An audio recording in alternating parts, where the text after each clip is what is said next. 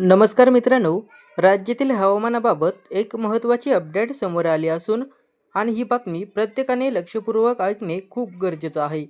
आज म्हणजे 4 एप्रिल रोजी राज्यातील पुन्हा एकदा हवामानात बदल होण्याची शक्यता व्यक्त करण्यात आली.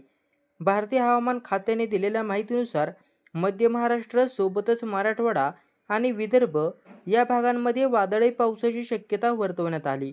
या पार्श्वभूमीवर हवामान खात्याने नागरिकांसाठी येलो अलर्ट जारी केला.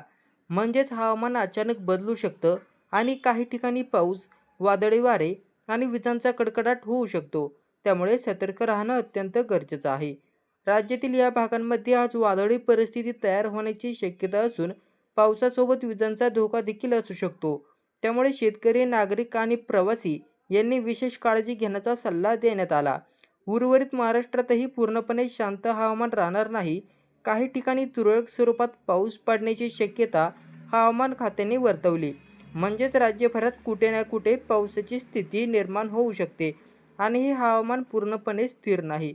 त्यामुळे अचानक बदल होण्याची शक्यता कायम आहे. दरम्यान सध्याच्या वातावरणामुळे वादळी पावसासाठी पोषक परिस्थिती तयार झाली आहे. यामुळे काही भागांमध्ये वाऱ्याचा वेग वाढणे, ढगांची निर्मिती होणे आणि विजांचा कडकडाट होणे अशी स्थिती निर्माण होऊ शकते. विशेष म्हणजे हा पाऊस साधा नसून वादळी स्वरूपाचा असू शकतो. म्हणजेच पावसासोबत जोरदार वारे आणि विजा यांचा देखील प्रभाव जाणवू शकतो. म्हणूनच हवामान खात्याने स्पष्ट सांगितलं आहे की नागरिकांनी सतर्क राहावे आणि शक्यतो सुरक्षित ठिकाणी राहण्याचा प्रयत्न करावा. शेतकरी बांधवांसाठी ही माहिती अधिक महत्त्वाची आहे. कारण अशा वादळी पावसामुळे उभ्या पिकांना धोका निर्माण होऊ शकतो. त्यामुळे त्यांनी आपल्या पिकांची योग्य काळजी घ्यावी असं आवाहन देखील करण्यात आलं आहे.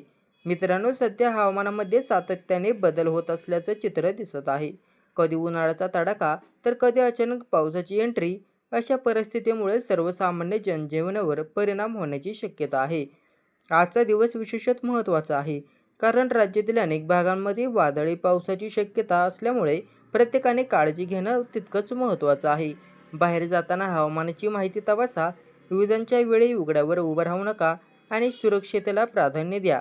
आत्ताच व्हिडिओला लाईक करा, शेअर करा आणि आमच्या चॅनलला सबस्क्राईब करायला विसरू नका. धन्यवाद.